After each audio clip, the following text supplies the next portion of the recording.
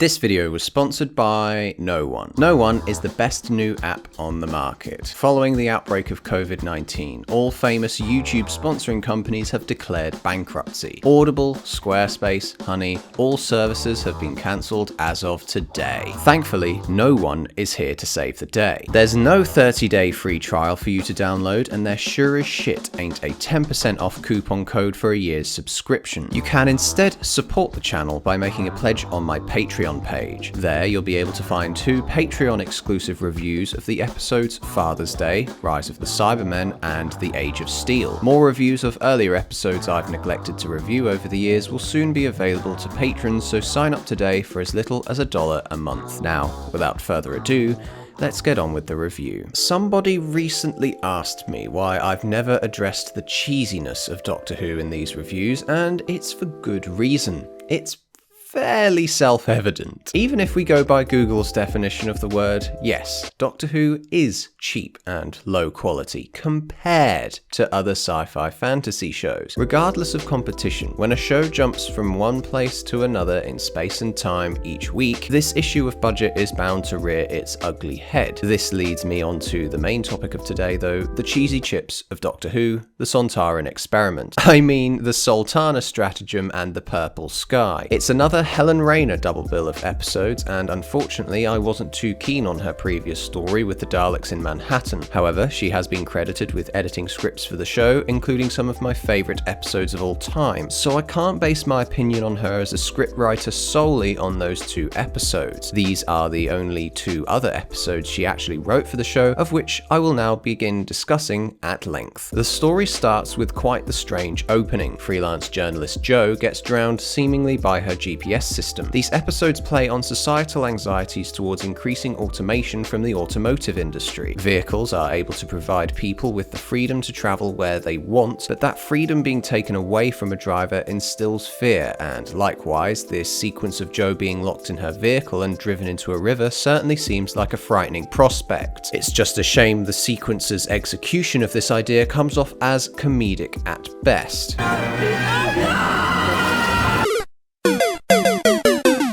Maybe I laughed at this because companies like Tesla have become so monumental in public consciousness in recent years. After all, she does ask her car to drive to the unit headquarters for her as though the car was automated. This probably shows the lack of hope for automated vehicles in 2008, whereas now in 2020 there's something that's coming right around the corner, or so the experts say. Speaking of driving, however, Donna gets her own driving lesson inside the TARDIS. Her and the Doctor's partnership seems to be growing stronger and stronger each episode, and this moment definitely fits well within the story. Unfortunately, this great moment is spoiled by the cringy return of Martha Jones. Hello? Doctor, it's Martha, and I'm bringing you back to Earth.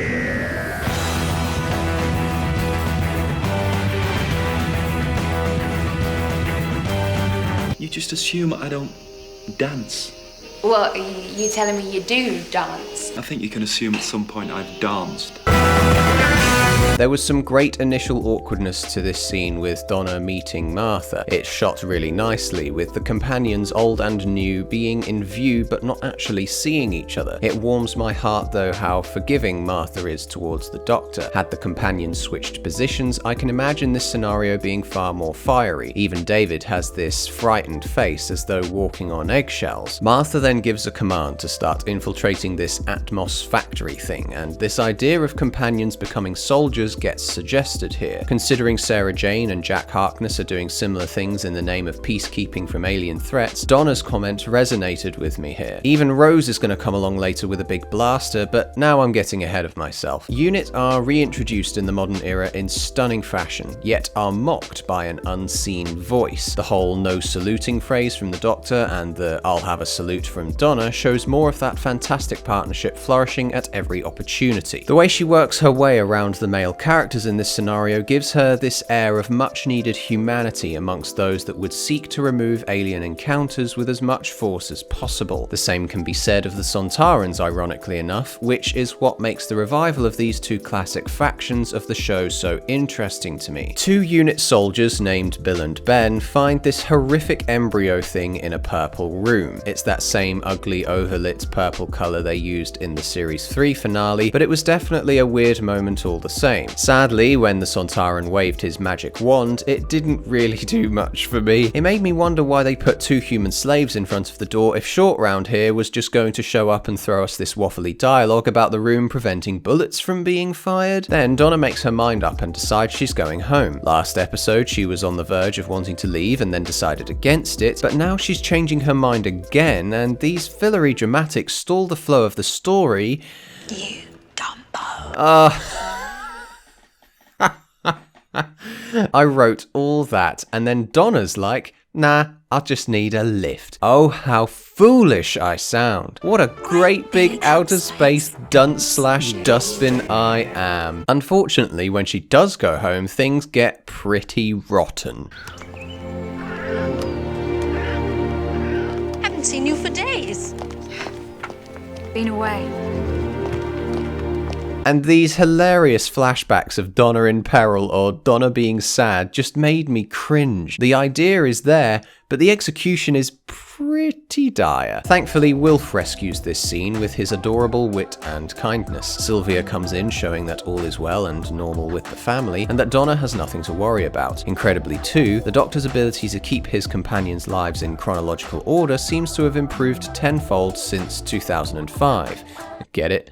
Because he's the 10th Doctor. He then visits Elon Musk in his mansion. David performs awesomely in this scene, wording his way around this teenage prodigy and the Sontaran that would appear later on too. On board the Sontaran ship, which is all horribly purple all around, another Sontaran shares the desire to take off his helmet. Like a Slitheen yearning to be naked, the pair bask in their potatoiness. I thought this idea that the Sontarans were not allowed to be part of the Time War was hilarious. This continual ridicule of the Sontarans throughout these episodes is nothing short of brilliant. Then they all pay Martha a visit, who's strapped to this chair whilst the Sontaran explains the plan and methods of hypnosis to her. There felt like a mashup of inspirations ranging from A Clockwork Orange to The Matrix in this scene, especially with the thing in the green water turning out to be a clone of Martha. The Doctor and Crank That Soldier Boy then end up in a car that's about to give them the same treatment as the journalist in the opening scene. Annoyingly, the Doctor talks his way out of it, his typical solution when a deadlock seal is thrown his way, but these factors are complemented by the anticlimax of the car not blowing up. Still in one piece, the Doctor goes to Donna's house where we get more of that gloriously funny family banter. Wilf and the Doctor meeting for the first time was wonderful, and seeing Sylvia explain away where Wilf was on the wedding day was great too. I really liked the cliffhanger of this episode. All the cars on the planet venting out poisonous fumes. It's a great analogy for people choking on car fumes from daily usage. The scope of this event is shown really well as well. From supermarket panic right down to Wilf being trapped inside his own car. Martha's final line of the episode is cringy as fuck though. And so is this Sontar chanting. Don't ask me why, that's just how I feel.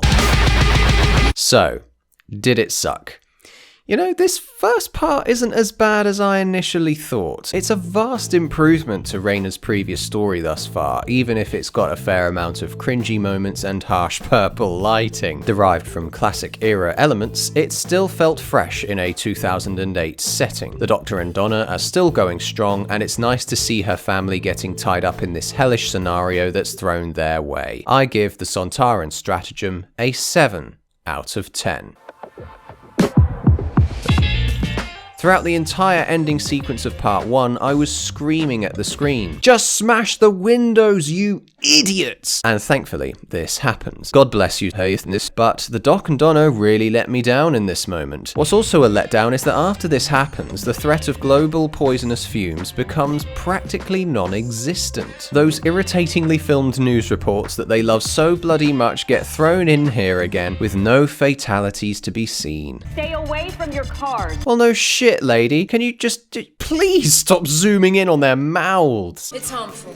but not lethal until it reaches 80% density. Blech. All that build-up in the previous episode just got tossed aside because it's now being dragged out even longer. Bill and Ben then zap the TARDIS up to the Sontarans, and fuck me, that Rattigan kid is annoying. I get that's the point, but he doesn't get enough development to justify his existence. His acting is pretty awful too. Dude, like, are you laughing or crying? When the writers suddenly remembered that he has a cult of people sitting around in his mansion, they probably thought, ooh, this'll fill up the runtime easily. The reactions of all these extras as he lays out his plan are just priceless. Just to top the humor off, he pulls out a fucking gun! Oh my god, I was crying with laughter at this bit. It's hard to get one's head around how this little guy convinced all these people to follow him. I'm sure he was smart enough to manipulate them, but it's certainly not happening here. I'm clever than you. I'm clever than everyone. Do you hear me? I'm clever! For some reason, the red jumpsuit kids reminded me of those pointless staff-spinning monks from the episode Tooth and Claw. Oh, hang on, I just said the reason. They're bloody pointless. The Doctor begins negotiations with the Sontarans, which was highly amusing. He expresses what was running through my mind about why exactly the Sontarans aren't just marching across Earth's fields, destroying all in their path. His lax attitude makes him appear unstoppable. He's fought these things for so long, and yet his 900 or so years of existence is nothing compared to the 50,000 years of war that's been raging across the stars between the Sontarans and the elusive Rutans. Even though the Doctor is communicating in as subtle a way as possible, just like in the Age of Steel, the scenario feels more fitting here as the Sontaran problem has yet to be solved, unlike in the Age of Steel when all the people are set free before Lumic is stopped. In saddening fashion, Donna can only call her family. There's some really heartfelt moments exchanged between them, and it's honestly reminiscent of the conversations I've had with my family during this COVID-19 lockdown we're experiencing right now. In any other circumstances, this bit would probably just look like a bit of fillery dialogue, but it resonated with me when lines like this were said. Our own house and we're sealed in. There's people working on it, Mum. They're gonna fix it, I promise. I wish you were here. You alright? Yeah, fudging fit, yeah. Well, I mean, the whole place is covered, the whole of London, they're saying, the whole world. It makes you pray that there is a doctor out there sorting out this stupid virus. And you, yes you, sitting there watching this video, you best be doing your best to keep yourself and your family safe too. You've heard it a million times before, but seriously, stay at home. Then, for Wilf to hear that Donna's all on her own without the Doctor was really saddening too. The temporary separation of the partnership hurts the most when we hear it from Wilf, as he's the one who wants Donna to be out there saving the universe. To hear his granddaughter alone and afraid, however, that must be heartbreaking. Cynthia looks out of the window and sees...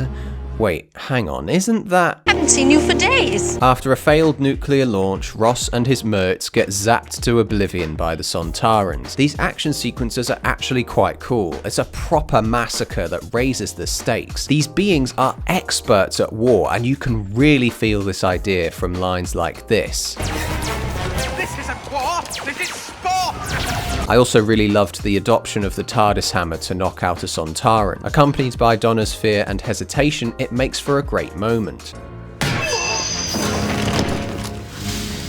Back of the neck. Nice.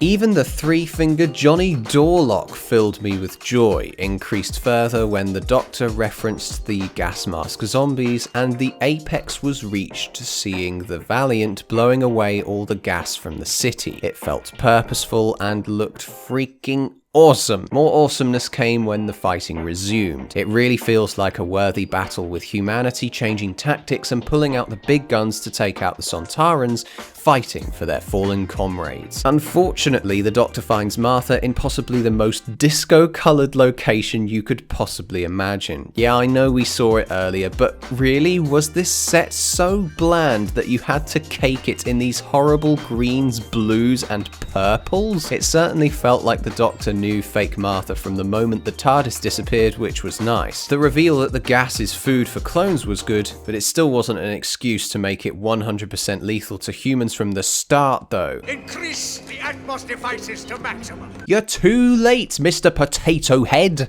I see one more gun. Oh, David, I miss you so much. After some more obviously fake crying, the Doctor assembles an atmospheric converter to rid the world of the gas. It felt a bit convenient, but at least it gave Ratigan a bit more purpose than just being an awful person. The fire stretching across the sky looked marvellous. It really did feel like the end times were upon our characters here. Hey, looks like it's the opening shot from Daleks in Manhattan. Okay, maybe not. Anyway, the sky turns back to normal and it's a cause for celebration.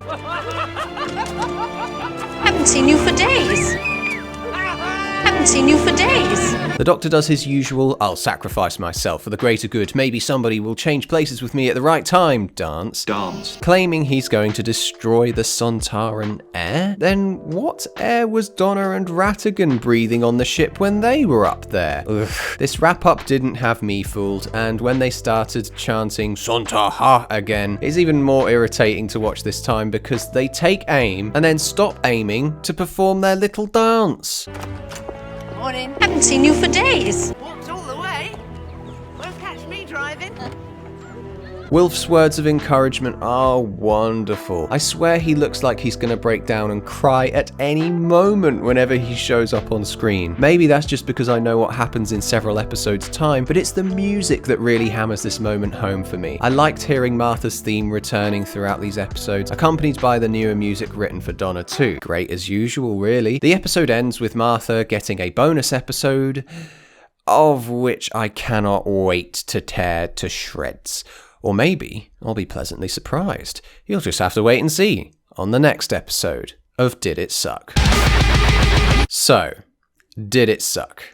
Again, it's not perfect, but it's fairly enjoyable for the most part. Tennant and Tate are the highlights of the story for me, especially seeing more of Donna's family as they suffer with this gas that's appeared. It certainly felt underwhelming to start off with, but as the infiltration and conflict elevated, the story got way more interesting to watch. Like I said earlier, these stories are definitely an improvement from Rayner's previous one. Just a shame that it feels like a very typical Doctor Who story, which in itself isn't a bad thing, it's just not an episode I'd be crazy to watch again anytime soon. I give The Poison Sky a 6 out of 10.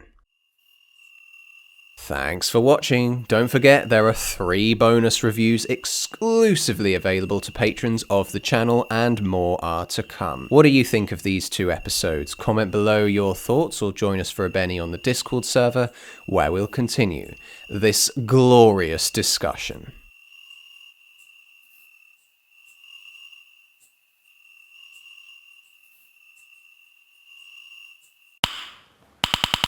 Nice.